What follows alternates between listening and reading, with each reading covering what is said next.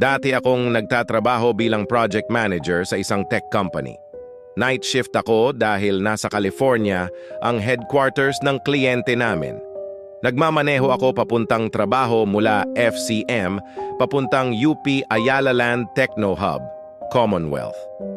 Mga alas 11:30 ng gabi, araw ng Biyernes, habang nasa Commonwealth Avenue ako, napansin kong biglang lumamig sa loob ng sasakyan.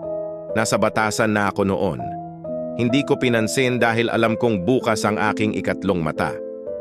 Maraming tao sa paligid, maliwanag ang kalsada, pero biglang bumigat ang pakiramdam ko, lalo na sa batok ko. Para sa akin, iyon ang senyales na may kasama akong iba. Ayokong tumingin sa passenger seat at lalo na sa rearview mirror, pero sa gilid ng mata ko, nakita kong may ulo sa pagitan ng driver's at passenger seat. Isang batang lalaki. Siguro mga 8 hanggang 10 taong gulang. Nakadungaw siya at nakahawak ang mga kamay sa magkabilang upuan. Hindi ko pa rin siya nilingon. Kahit sanay na akong nakakakita, natatakot pa rin ako tuwing nangyayari ito.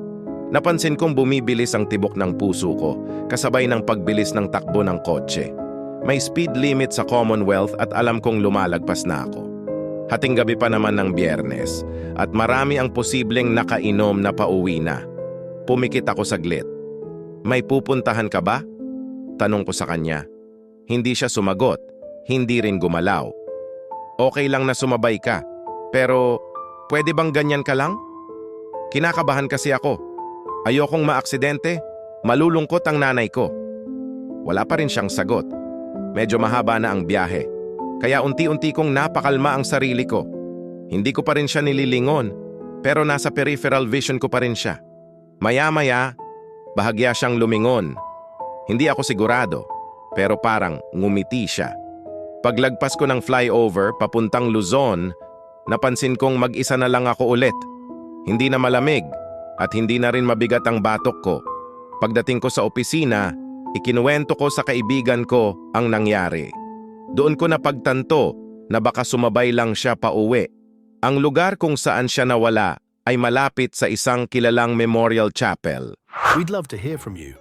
Whether it's something that gave you chills or an unexplainable event that left you scared, send us your story at mykawento@gmail.com. We feature the best stories on our YouTube channel, bringing your spooky encounters to life for our audience.